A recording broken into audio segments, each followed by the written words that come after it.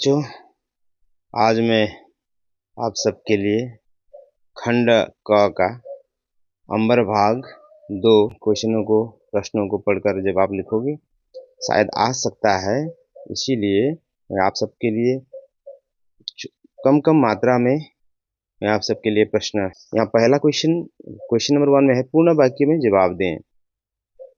क संत कबीरदास का जन्म कहाँ हुआ था? तो ये जन्म के स्थान पर और एक शब्द आ सकता है, संत कबीरदास का आविर्भाव कहाँ हुआ था। एक ही बात है, यहाँ हिचकिचाने की जरूरत नहीं। जन्म अथवा आविर्भाव एक ही आंसर, यानी उत्तर एक ही होगा। दूसरा ख नंबर है, बीजक के रचयिता कौन है? तो ये दो प्रश्न एक एक मार्क के हैं, तो यहाँ 2 मार्क हो गया। दूसरा क्वेश्चन नंबर 2, निम्न प्रश्नों का संक्षिप्त जवाब दें।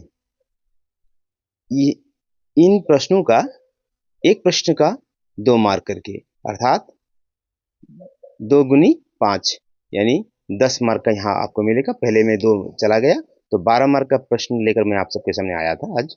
तो पहला प्रश्न है क्वेश्चन नंबर 2 का क, मैं तो तेरे पास में, यहाँ मैं और तेरे शब्द किस के लिए प्रयुक्त हुए हैं?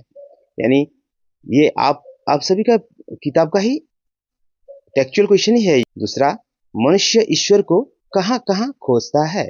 अगर आप बना के लिखोगे तो आपको गलत होगा। आपको तो वहां जिस प्रकार से कबीरदास या कवि के द्वारा जो व्यक्त किया गया था उसी हिसाब से आपको प्रश्न का जवाब लिखना है, और ज्यादा लॉन्ग लिखने की जरूरत नहीं है, ज्यादा लंबा भी नहीं लिखना है, क्योंकि 2 मार्क का है। आपको 3-4 लाइन के अंदर में आपका ये प्रश्न का जवाब समाप्त हो जाएगा। तीसरा है ग नंबर, संत कबीरदास ने जग को बौराया हुआ क्यों कहा है? ये भी प्रश्न आपका टेक्चुअली बनेगा, मुझे जहां तक याद है।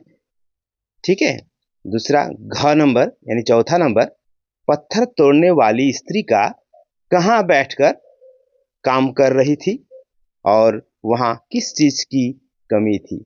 ये प्रश्न, ये 2 बड़ा शॉर्ट और बड़े ही सरल तरीके से आप इसका जवाब दे सकते हैं। इसका जवाब आप सबकी किताब नोट है तो आप लोग कमेंट मुझे पूछिएगा, मैं आप सबको इन सारे प्रश्नों का जवाब यानी हल करके भी आपको बताने की कोशिश अवश्य करूंगा। पहले तो मैं आप सबके लिए क्वेश्चन ही लेके आ रहा हूं। अंतिम का प्रश्न है ग नंबर, मोको कहाँ सिकरों सो काम, किसने किसके प्रति ऐसा कहा था? ये आपकी किताब का ही है, खास तौर पर आपकी किताब का ही प्रश्न है। तो ये सारे टेक्चुअली प्रश्न है, यहाँ कोई लेसन के अंदर भीतर का जो प्रश्न इस प्रकार का नहीं है। तो मुझे मेरे हिसाब से 2026 में प्री फाइनल के लिए अथवा फाइनल के लिए ये सारे प्रश्न आ सकते हैं, या फिर आने की संभावना है, ये मैं कह सकता हूँ आप सबके सामने, क्योंकि इन्हीं प्रश्नों का आवृत्ति बार बार होती है।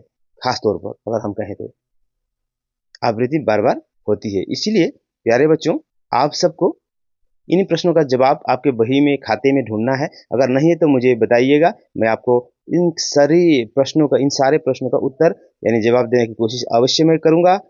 ठीक है, धन्यवाद।